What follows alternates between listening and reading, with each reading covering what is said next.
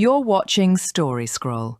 Real stories, raw emotions, and endings you'll never forget. Let's scroll into today's tale. Original post. My wife cheated on me with my cousin. When I confronted her, she smirked and said, "I'll divorce you and take half your property." I never thought I'd be the kind of person posting here, but my life is completely blown up and I don't know what's real anymore. My wife and I have been married for a little over 7 years. We don't have kids, which used to be a sore point early in the marriage, but eventually we both agreed to stop trying and just focus on building a comfortable life together. On paper, we looked solid. No major fights, no screaming matches, no obvious signs of disaster. Not perfect, but stable. Or at least that's what I believed. I've always been the main earner. I worked long hours, built my career from scratch, and I also inherited property from my parents years before I even met my wife. A house and some land that's been in my family for decades. My wife knew this from day one. She never contributed financially to those assets, but I never cared. I thought we were a team. Now comes the part that makes my stomach turn. My cousin and I grew up together. Our families are close, and growing up, he was more like a brother than a cousin. Same holidays, same family gatherings, same inside jokes. I trusted him completely. When he'd come over, I never thought twice about it. He was family. Looking back, that trust feels stupid. About a year ago, I started noticing small changes in my wife. Nothing dramatic, just things that felt off. She became more protective of her phone. If I walked into the room, she'd tilt the screen away or lock it instantly. She started working late more often, even though her job had never required overtime before. There were sudden outings with vague explanations. Just friends, work stuff, don't worry about it. At the same time, my cousin started showing up more frequently, dropping by unannounced, staying longer than usual, always finding an excuse to be around when I wasn't fully present. When I made a joking comment once, something like, "You're here more than I am these days," my wife snapped at me. She defended him aggressively, saying I was being paranoid and disrespectful. That should have been my wake-up call, but I pushed the feeling down. I told myself I was overthinking. After all, this was my wife and my cousin, two people I trusted more than anyone. Then, everything came crashing down. A few weeks ago, I borrowed my wife's phone because mine was charging. A notification popped up before she could grab it back. A message preview with my cousin's name and words that were definitely not innocent. My heart started pounding immediately. I shouldn't have looked, I know that, but I did. What I saw made me physically sick. Messages going back months, explicit texts, photos, plans to meet when I was busy, jokes about how clueless I was, emotional confessions mixed with sexual messages. This wasn't a one-time mistake. This was a full-blown affair, emotional and physical. I felt dizzy. I remember sitting down because I thought I might actually pass out. My hands were shaking so badly I could barely scroll. When she realized what I was looking at, she tried to snatch the phone away and started yelling at me for invading her privacy. That night, I confronted her. At first, I stayed calm. I asked her to explain. She denied it, said I misunderstood, said the messages were jokes, said I was insecure. Then I showed her what I'd read. She stopped denying it. She admitted everything. How long it had been going on, how it just happened, how she didn't plan to hurt me. My cousin wasn't even there to face me. He'd already blocked me on everything. When I asked her how she could do this with my own family, she rolled her eyes. That alone felt like a knife. Then came the moment I can't stop replaying in my head. I told her I wanted a divorce. She smirked, actually smirked, and said, "Fine, I'll divorce you and take half your property." No apology, no tears, just confidence, almost amusement. She told me the law would be on her side, that I wouldn't be able to prove anything, that even if I tried, she'd still walk away with half of everything I own, including the property I inherited long before I met her. She spoke like she'd already won. I was stunned into silence. That night, she told me to sleep in the guest room. The next day, she told me maybe I should stay with friends until things cool down. Somehow, I ended up being the one pushed out of my own home. When my family found out, things somehow got worse. Some relatives told me to be the bigger man, to forgive her, to keep things quiet for the sake of unity. My cousin completely disappeared, blocked me everywhere, refused to answer calls, like I was the one who did something wrong. I feel betrayed on every possible level, by my wife, by my cousin, and by parts of my own family who seem more concerned about appearances than what was done to me.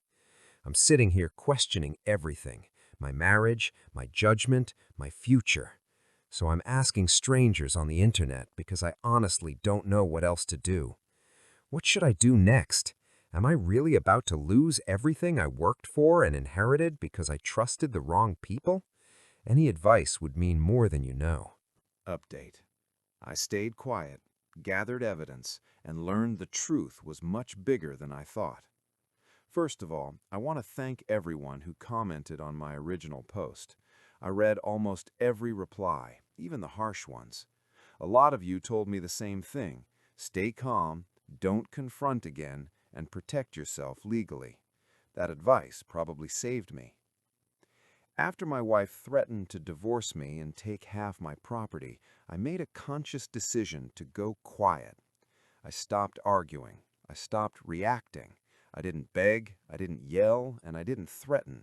I acted defeated. I let her believe she had completely broken me. And it worked.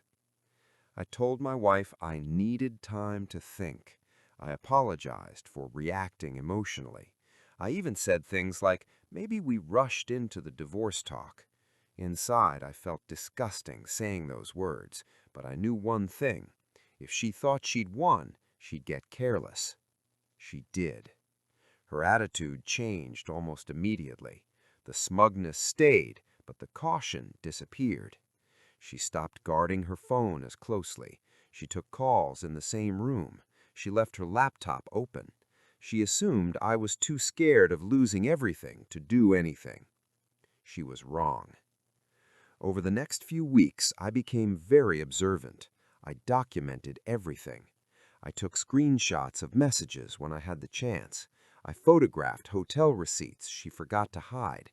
I saved call logs, timestamps, photos, and even voice notes. I backed everything up in multiple places: cloud, external drive, email to myself. Paranoid, maybe, but necessary. What hurt the most wasn't just confirming the affair. It was realizing how deep and long it went. I learned the relationship with my cousin didn't just start recently. It went back before our marriage. There were gaps in timelines where she had claimed to be reconsidering our relationship years ago. Turns out she was already involved with him back then. Even worse, I discovered messages where she joked about marrying me for stability while keeping him on the side emotionally. That alone destroyed something inside me. Then I uncovered something even darker. My cousin wasn't just cheating with my wife, he was engaged. And based on messages I found, he'd been involved with at least 2 other women during that same period. A pattern, lies layered on lies. I also found evidence that he had borrowed money using my name. He'd told people I approved loans or investments. I hadn't. Thankfully, nothing had fully gone through, but the intent was there. At this point, this stopped being just emotional betrayal. This was calculated. I followed the most repeated advice from my original post: get a lawyer immediately. I did it quietly. I told no one. I paid in cash. I brought everything I had collected. The lawyer listened carefully and then said something I'll never forget.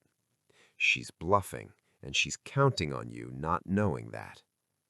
Here's what I learned. Inherited property is not automatically marital property where I live. Assets acquired before marriage are heavily protected. Adultery doesn't guarantee punishment, but it absolutely impacts settlements, especially when deception and financial misconduct are involved. Her threats about taking half of everything were either ignorance or manipulation. There was also a clause I hadn't thought about, something buried in paperwork from years ago that worked in my favor. Not a full prenup, but enough to protect what mattered most. The lawyer gave me very clear instructions. Do not confront her yet. Do not warn my cousin. Let them continue thinking they're in control. Let her make mistakes. I walked out of that office feeling something I hadn't felt in weeks. Hope. This was the hardest part emotionally, but I knew it had to be done. I contacted my cousin's fiancé. I didn't insult him. I didn't exaggerate. I simply sent proof, screenshots, dates, messages, enough that there was no room for denial. The fallout was immediate. She called me crying. She thanked me. Then she confronted him. Within days, the wider family started finding out. My cousin went from confident and untouchable to panicked and desperate. He started calling me from unknown numbers, texting me, begging me to handle this privately. He said I was destroying the family. That was rich coming from him. Around this time, my wife noticed something had shifted. I wasn't afraid anymore. I wasn't begging. I wasn't reacting. She tried love bombing, sudden kindness, cooking meals, acting nostalgic. When that didn't work, she went back to threats. When that didn't work, she tried deleting messages and cleaning up her digital trail. Too late. One night, during an argument, she repeated her old line about taking half my property. That's when I calmly said, "I've already spoken to a lawyer." The look on her face was priceless. For the first time since this started, she looked scared. The family reaction was messy. Some relatives still wanted me to be quiet and forgive for peace. Others finally saw the truth that my cousin hadn't just betrayed me, but the entire family's trust. He was eventually disowned by several relatives, publicly called out, invitations stopped coming, the golden child image shattered. As for my wife, her confidence is gone. She's suddenly careful with her words, nervous, asking questions instead of making threats. The divorce papers are being prepared now. This isn't over yet, but the power balance has shifted. I'll update again when everything is finalized. Final update. She tried to take half my life. Instead, she lost everything. This will be my final update. The divorce is over, the dust has settled, and for the first time in a long while, I can breathe again. When I last posted, I had quietly shifted the balance of power. My wife knew I wasn't the scared, broken man she thought I was, but she still believed she could manipulate the outcome. That illusion didn't last long. She was served divorce papers on a random weekday morning. She wasn't expecting it. She thought she still had time to manage me, to soften me up or scare me back into silence. Instead, she called me in a panic, asking if this was really necessary and saying we should talk things out privately. I didn't respond. In court filings, her tone changed completely. The confident, smug woman who had told me she'd take half my life vanished. In her place was a victim.